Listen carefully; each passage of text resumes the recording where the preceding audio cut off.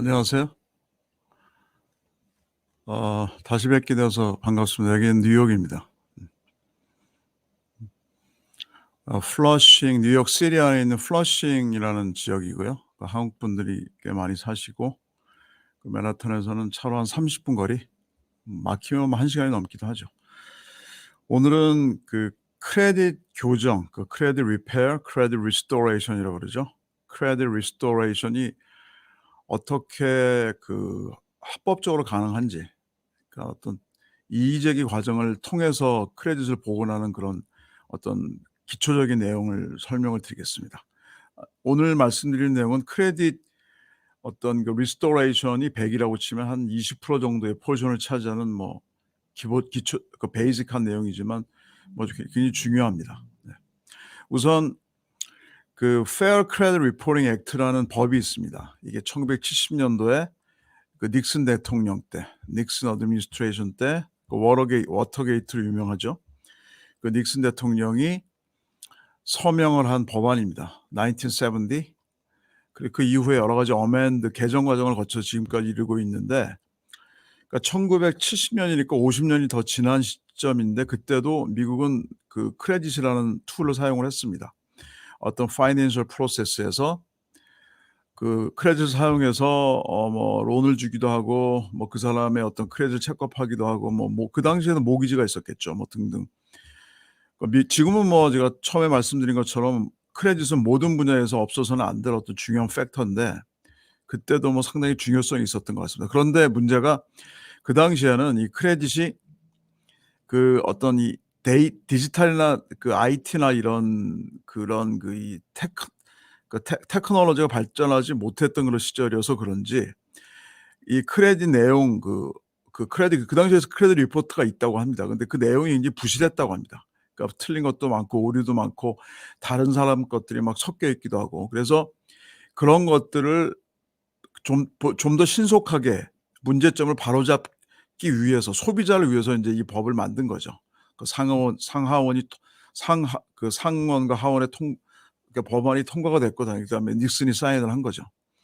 근데 여기 보시면은 이게 Fair Credit Reporting Act Dispute Process라고, 소비자 입장에서는 어떤 법률적인 의미 이런 거는 그것까지는 우리가 접근할 필요는 없을 것 같고요. 이 dispute process, 그러니까 소비자가 어떤 나의 크레딧 내용을 이의제기를 통해서 문제를 해결하는 과정, 그것을 모아놓은 소책자가 별도로 있습니다. 어떤 일종의 해설서인데, 이것도 전부 다 보실 필요는 없고, 여기서 가장 큰 핵심은 나의 크레딧 리포트에 있는 내용들이 굉장히 다양하게 많습니다. 개인적인 내용은 너무 복잡해서 추후에 한 번 더 하나의 챕터를 만들어서 이제 설명을 드리겠습니다. 그런데 주로 이제 문제가 되는 거는 컬렉션이나 차지오프나 나의 크레딧에 데미지를 주는 문제겠죠. 그러면 그것이 케이스가 사실관계가 틀리던 맞던 관계없이 나는 그거에 대해서 디스퓨트, 이의제기를 할 수 있습니다. 그렇게 되면 크레딧 뷰로는 3곳이라고 말씀드렸죠. 크레딧 뷰로는 디스퓨트를 접수를 해서 30일 플러스 5일 안에 그 내용을 정확하게 인베스티게이션, 법률적으로는 리인베스티게이션, 재조사라고 합니다. 리인베스티게이션을 해서 그 내용을 베리파이, 그러니까 증거를 찾아서 이의제기를 한 소비자에게 제공하게 돼 있어요. 주로 편지로 보내는데요. 만약에 증거를 제시하지 못하면, 증거를 찾으려면은 그 빚이 이제 처음에 어디서 어느 은행에서 언제 어느 시점에 론을 줬는데 어떻게 페이하다가 어떻게 페이가 안 됐고 지금은 어떤 컬렉션 회사에 넘어가서 지금은 어떤 상태라는, 어떨 때는 거의 책 한 권짜리 분량의 베리파이된 내용을 보내줍니다. 그러면 그거는 지울 수가 없습니다. 그러니까 과정을 전부 다 정확하게 빚이 있다는 거를 증명했기 때문에. 근데 그게 상당수 케이스는 쉽지가 않죠. 그래서 허점을 파고들어서 법적인 어떤 이 테두리 안에서 문제를 해결하는 경우가 많이 있습니다. 그러면 이제 고객은 그 결과에 대해서 이제 편지 형식으로, 주로 편지 형식으로 고객의 크레딧 리포트와 동시에 이와 같은 내용물을 전달받게 됩니다. 근데 이거는 이제 고객이 원하는 내용물을 제가 그 문제가 해결된 것들을 몇 개를 소개를 해 드릴게요. 물론 이게 문제 해결된 거는 굉장히 많지만 물론 수천 건이지만 이제 대표적으로 몇 가지를 소개해 드리면, 이거는 이제 2021 년도 한 2년 전이죠. 그 에코팩스에서 그 엑스페리언, 트랜스온, 에코팩스 그 세 군데 중에 하나죠. 여기 보시면 그 이 컬렉션, 이게 컬렉션이었어요. 컬렉션 어카운트. 이게 220A로 끝나는 어카운트입니다. 그 This item has been deleted from the credit file. 그다음에 하나가 더 있죠. This item deleted. 똑같이 delete, 그 5개가 딜리트 됐습니다. 이 고객은 굉장히 기뻐하셨죠.